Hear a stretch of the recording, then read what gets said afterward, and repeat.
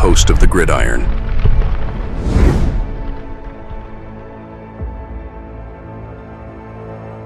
Right. Where would this 2025 draft class rank in the 2024 class? Because obviously that 2024 class wound up being really nice. I mean, Christ, Jayden Daniels. We're Giant fans. We're going to face Jayden Daniels 2 times a year for the next 15 years. It's a man. Are you freaking kidding me? I mean, what a Caleb Williams, really good year. You look at, good picks. There's some good quarterbacks. Right? We're not quite even sure what's going on with McCarthy. Right? We don't even know, because he hasn't played yet. So we'll have to, obviously, the verdict's still out, or whatever, jury's still out on him, whatever. But I'll tell you what, there was in the 2024, there was some really good quarterbacks, obviously. So, one thing is you do gotta, I'll tell you what, we hit a grand slam with Malik Neighbors. There's no doubt about it, right? It's just that a couple of the quarterbacks may be taken after us, maybe might be could be franchise quarterbacks. So we're still looking for a franchise quarterback, but we do got Malik Neighbors. And I'll tell you what, obviously I'm still a little bummed out. We still need a quarterback, but Malik's a dog. We got ourselves a dog, right? And if we can ever find ourselves a quarterback to throw to the dog, watch out. But Malik was fantastic. But just goes to show you, this class coming up here is would not be ranked very high if you compared it to the 2024 class here. I got this here. Alrighty, here we go.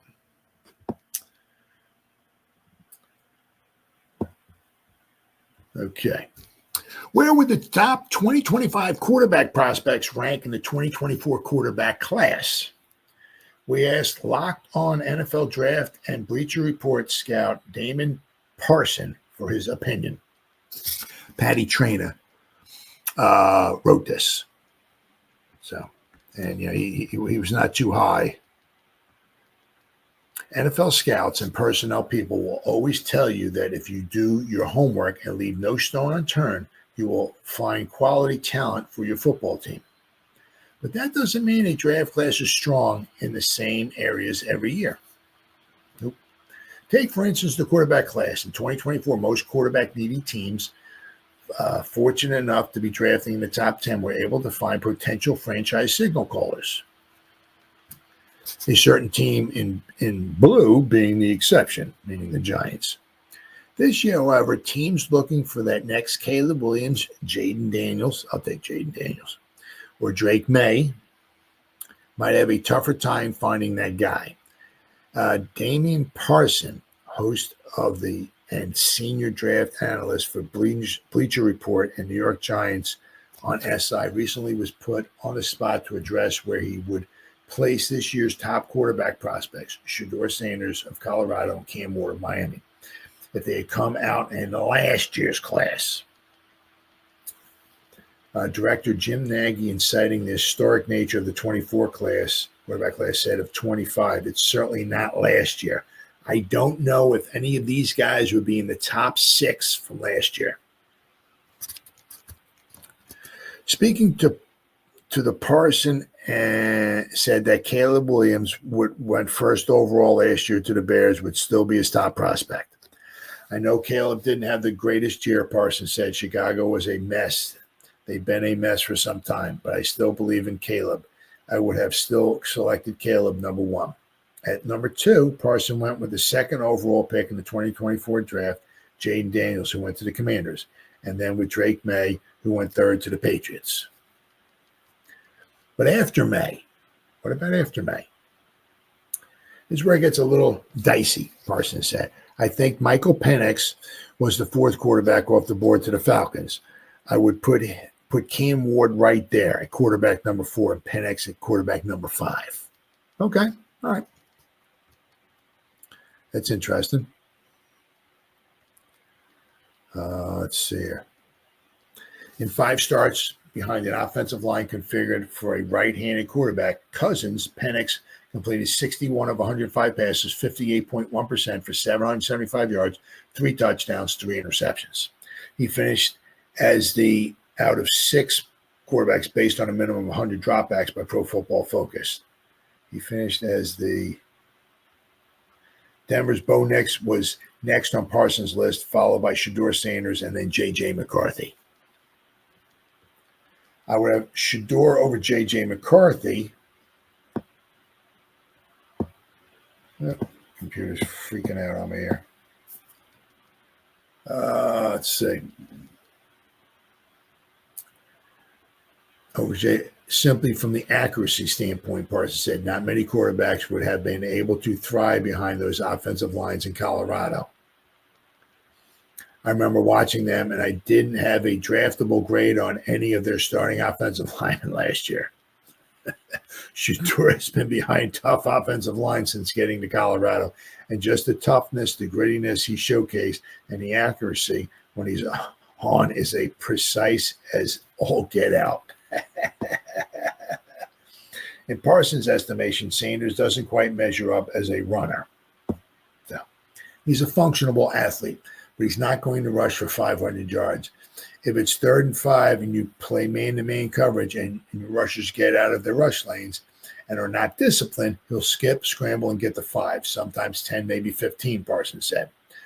But he's not someone you're going to run quarterback zone reads with. He's not somebody you're going to run quarterback counters and quarterback powers.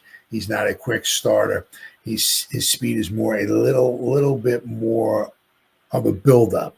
So in the arm talent, it's good. It's NFL caliber, but it's not elite. So it's NFL he has obviously NFL caliber, Shedeur, right? Talent.